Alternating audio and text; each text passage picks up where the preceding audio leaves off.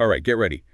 We're launching into the cosmos. You guys sent over a ton of articles and research, even some NASA recordings, all about space. Black holes, what happens to the universe eventually, and some really cool stuff about, well, what we're made of. It's going to be a wild deep dive. I know, right? Space just has this way of grounding us and making us feel tiny all at the same time, you Yeah, know? totally. And for this deep dive, what we're going to do is we're going to try to pull out the most fascinating stuff from all this material. And hopefully you'll walk away feeling even more wowed by how vast space is. And maybe a little existential crisis along the way, right? Oh, always up for a good existential crisis. Yeah. But before we go full-on meaning of life, what do we start with something a little closer to home? Something that might even, totally change how you think about space. Okay, I like where you're going with this. Hit me. All right, so you know how everyone always says space is silent. Yeah. Turns out that's not actually totally true. Yeah, it's a pretty common misconception. The thing is, most of space is a vacuum, but there are spots, like galaxy clusters, where there's enough gas hanging around that sound waves can actually travel. And get this, NASA has recorded these sounds. Wait, seriously, we can hear the sounds of deep space. Like, what does it sound like? It's pretty eerie, honestly. For example, there's a supermassive black hole right in the middle of the Perseus cluster. They've captured sound waves coming from it. These waves are crazy low frequency, but they converted them to something we can hear. And it's this, I don't know, this kind of haunting hum, like the universe is humming to itself. Well, that's amazing. So space isn't just this empty, silent place. It's got its own soundscapes, like a whole hidden dimension. Exactly. And get this, even solar winds and electromagnetic waves, those can be converted into sound too. So in a way, space has its own soundtrack playing all the time. We've got a cosmic symphony going on. All right, I am so in. What else is in store for us? Well, since you brought up sound traveling through gas, let's talk about something else those gases can make. Something pretty fundamental to everything. Okay, lay it on me. We're made of stardust, literally. Wait, stardust, like fairy tales and wishes stuff. Not just a fairy tale idea, it's science. When huge stars die, they explode in these super bright events called supernovae. And during these explosions, elements, things like carbon, oxygen, iron, get flung out into space. So these explosions, they're like creating the ingredients for us. Exactly. Over billions of years, all that stuff that came from dying stars drifted around, then clumped together, formed planets, and eventually life like us. So every atom in your body on this planet, it all started with a star exploding. We're not just looking UP at stars, we are stars. Whoa, like we're connected to these huge events from billions of years ago. Like we carry that history inside us. Makes you think, are we all just little pieces of something way bigger? That's a deep question. One that's kept scientists and philosophers busy for ages. But before we go too deep there, did you know there's a star that could go supernova, like, any day now? No way. Seriously, we could actually see a supernova happen in our lifetime. It's possible. Betelgeuse, it's a red supergent star, and it's been getting dimmer. Some scientists think that means it's about to collapse and explode. If it does blow, what will we see? Will it be like super bright all of a sudden? More like a slow, amazing show. If Betelgeuse goes, it could light up the sky for weeks, maybe months. Imagine that. Visible even during the day, brighter than a full moon? Whoa, like a star just pops up in the day, outshining the moon. That'd be like a sci-fi movie, but for real.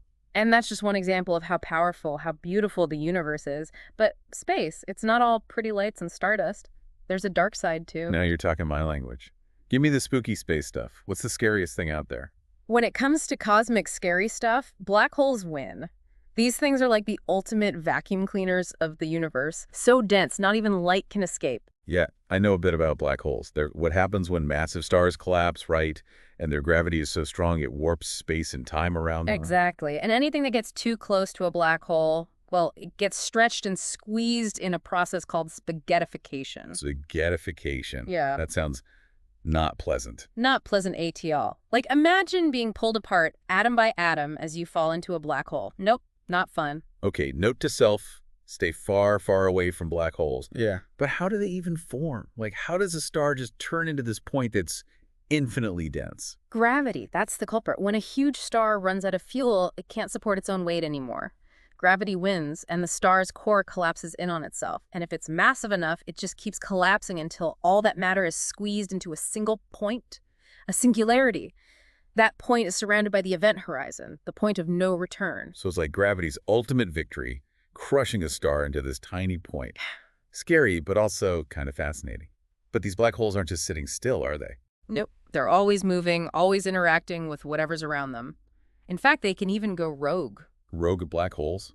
Like they just wander around Yep. causing trouble. Exactly. Sometimes a black hole gets kicked out of its galaxy, maybe because it bumped into another black hole or a really big star. Then it just drifts through space, a cosmic wanderer, always hungry for matter. So there could be rogue black holes out there, just lurking in the dark, ready to gobble up anything that comes too close. The universe is vast and mysterious. Who knows what's out there? Okay, that's enough nightmare fuel for one day. Yeah. Let's talk about something a little less terrifying, Hmm. but maybe even more mind-bending. What about time travel? Is that actually possible? Well, according to Einstein's theory of relativity, time isn't absolute. It's relative to gravity. So time actually moves slower in stronger gravitational fields. So the closer you are to something massive, like a black hole, the slower time moves for you. That's it. It's called time dilation. And it's not just a theory, we've actually measured it. Astronauts on the International Space Station, they age a tiny bit slower than people on Earth because they're further from Earth's gravity. Whoa, it's like a real-life time machine. So if you could get close enough to a black hole, you could slow down time for yourself and travel to the future. Theoretically, yeah. But getting close to a black hole is kind of risky. Remember spaghettification. But the point is, time isn't this fixed, unchanging thing. It's flexible, it's influenced by gravity. My brain is melting. So time travel may be possible, but not something to try at home. Got it.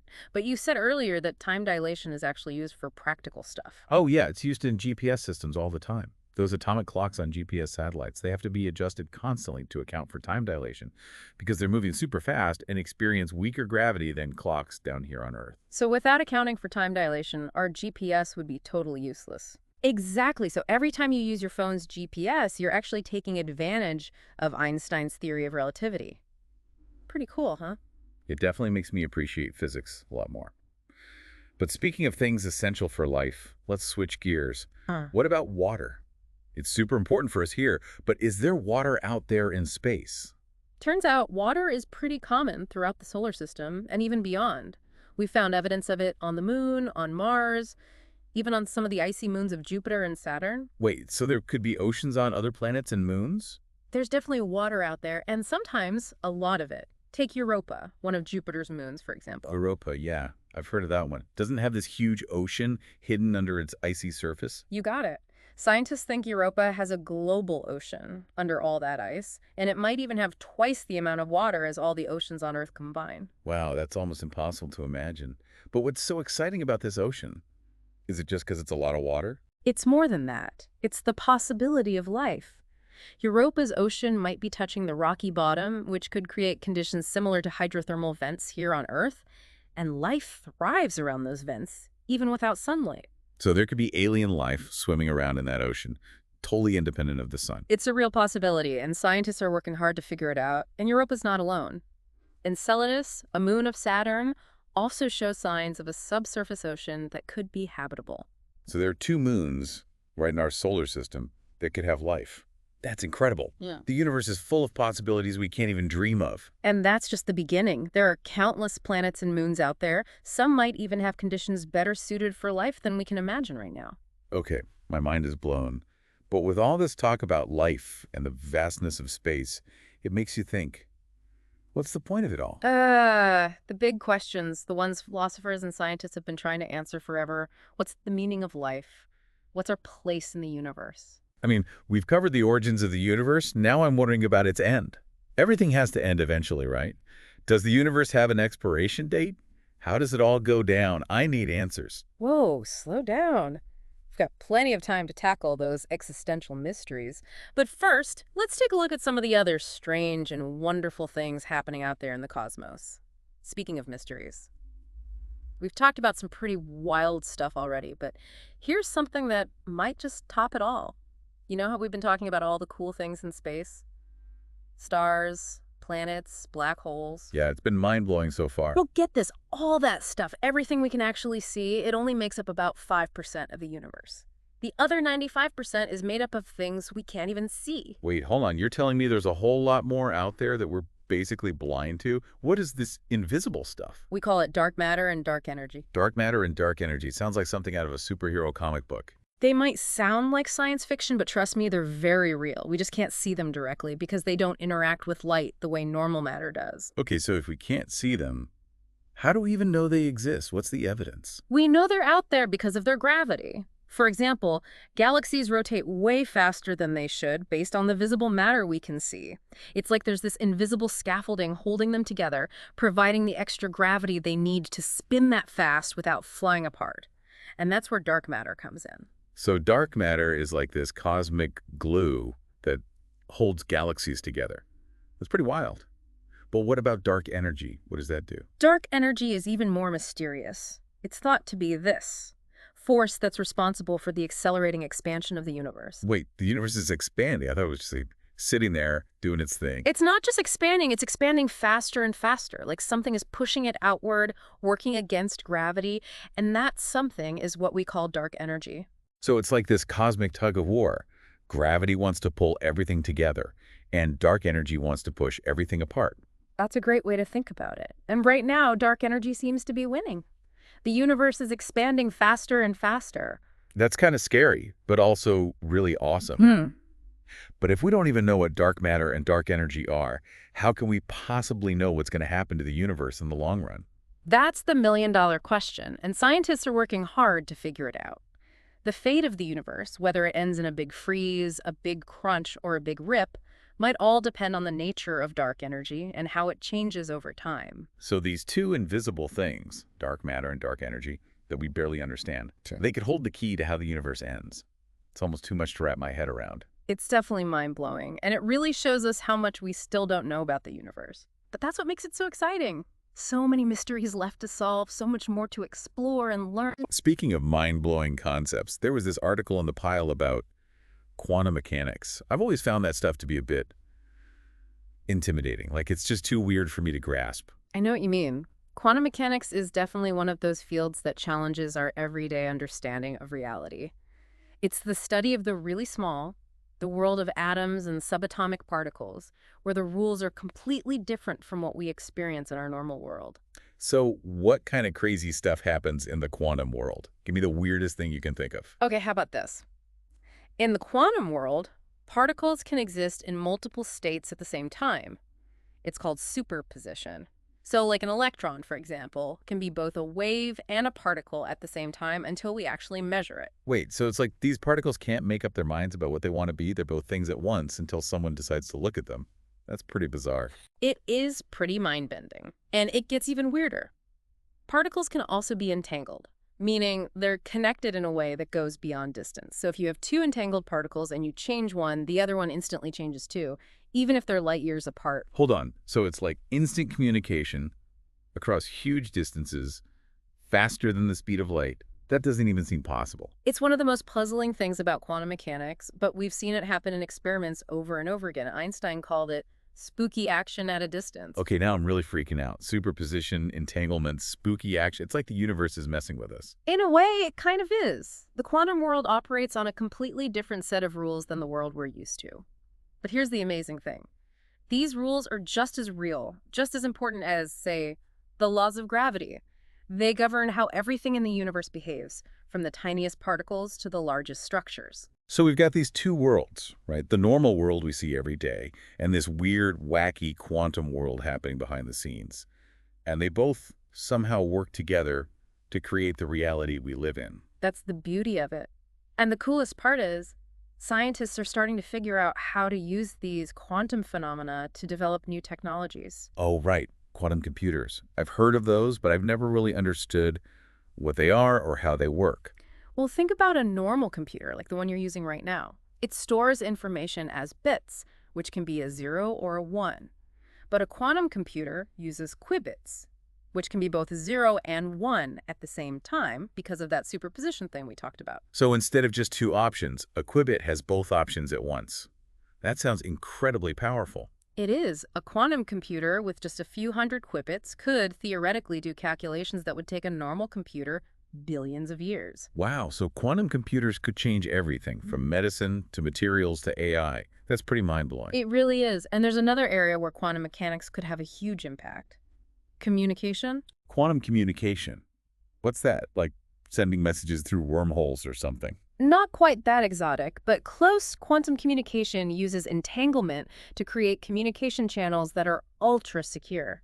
Remember how we talked about entangled particles being linked across any distance? Well, if you could entangle two particles and send one far away, you could use them to create a communication link that's practically unhackable. So it's like an unbreakable code. Because if someone tries to listen in, they'd break the entanglement and both sides would know. Oh. That sounds incredibly useful, especially with all the cybersecurity threats we're facing these days. Exactly. And scientists are already working on building quantum communication networks. It's amazing that these strange quantum phenomena that seem so far removed from our everyday lives could actually change the world in such a big way. And that's just the beginning. There's so much more we're still learning about the quantum world, and I'm sure we'll discover even more incredible applications for these mind-bending concepts. Who knows what the future holds? Okay, my brain is officially fried. We've gone from the origins of the universe to the mysteries of dark matter and dark energy, and now we're diving into the weird world of quantum mechanics. It's a lot to process. I know, right? It's a lot to take in, but it's also incredibly exciting. The more we learn about the universe, the more we realize how much more there is to discover. That's what keeps us coming back for more, I guess. But with all this talk about these massive forces shaping the universe, these incredible phenomena happening on cosmic scales, it's easy to feel a little small and insignificant, like our lives are just a tiny blip in the grand scheme of things. Well, I get that feeling. Yeah. But I think it's important to remember that we're not just watching this cosmic show. We're part of it. We're made of the same stuff as the stars, our lives are governed by the same laws of physics, and our actions, even the small ones, have effects that reach far beyond ourselves. That's a good point. It's like that saying, we are all connected. It's not just a nice thought, it's scientifically true. Exactly. And that connection, that feeling of being part of something much bigger than ourselves is what I find so inspiring about exploring the universe. It reminds us that we're not alone, that we're part of this huge, intricate web of existence. I like that. It's not just about the science, it's about the meaning, the wonder, the connection. Exactly. And that's something we can all experience no matter who we are or how much we know about science. You know, with all this talk about how everything is connected, it really makes me think about where we fit in the universe. Yeah. I mean, we're just this tiny planet orbiting this one star in a galaxy full of billions of stars. And there are billions of galaxies out there. It's mind-boggling. It really is. And yet here we are on this little blue planet trying to make sense of it all. So what does it all mean? What's the point of our existence in this huge universe that seems to not even care about us? That's a question everyone has to answer for themselves. There's no one right answer. But I think that search for meaning, that drive to understand our place in the cosmos, is one of the things that makes us human. I agree. And that's what makes space exploration so compelling. Hmm. It's not just about the science. It's about the search for ourselves, for our place in the universe, for what it all means. Exactly. And that journey, looking both outward into the cosmos and inward into ourselves, that's what makes life so incredibly rich and rewarding. All right, so we've covered a lot of ground here, from dark matter and dark energy to quantum mechanics. It's been an amazing ride through the cosmos, but I feel like my brain is about to explode. What else is out there waiting to be discovered? Yeah. You know, with all this talk about stars and galaxies and just how huge space is, it makes me think about those planets you hear about sometimes, the ones that don't orbit any star. You mean rogue planets? They're like cosmic wanderers just drifting through the galaxy, no sun to call their own. Rogue planets? That sounds kind of lonely. How does a planet end up all by itself out there? I always thought planets were supposed to orbit stars. Yeah, most of them do form around stars, but sometimes when a solar system is still young, all the gravitational forces can actually kick a planet right out. Like, imagine a cosmic game of pool, but a planet gets knocked off the table. So these planets are just out there drifting in the dark all alone? That's kind of a sad thought. It does make you wonder what happens to them. No sunlight, no warmth, just forever traveling through empty space. But hey, maybe some of them have their own moons. Could be a little bit of light and warmth in the darkness. I like that idea. But if these rogue planets are really out there, how do we even know about them? Must be super hard to find, especially since there's no star making them bright. You're right, they're not easy to spot. But astronomers, they're clever folks. They have some tricks up their sleeves. One of them is called gravitational microlensing, helps find these hidden worlds. Oh, yeah, I think I read about that in one of these articles. Something about how gravity can bend light. Exactly. When a rogue planet passes in front of a distant star, its gravity acts like a lens. It bends and magnifies the light from that star, so to us it looks like the star suddenly got brighter for a little while. So they're basically looking for these tiny changes in brightness that tell them a rogue planet is passing by. That's the gist. And by looking at how the light changes, they can figure out how big the rogue planet is and how far away it is. It's like cosmic detective work, using these little clues to find what's hidden. It's amazing how much we can learn about space, even about things we can't directly see. But all these rogue planets just wandering around, Yeah. it makes you think, what LSE could be out there in the dark? That's what's so cool about space, right? It's full of mystery, always pushing us to imagine more. Every time we discover something new, it brings up even more questions. And that's what keeps us going, keeps us trying to understand where we fit in this whole cosmic picture. We've covered so much in this deep dive. The beginning of the universe, dark matter, dark energy, quantum mechanics, even the idea of life on other planets and these rogue planets.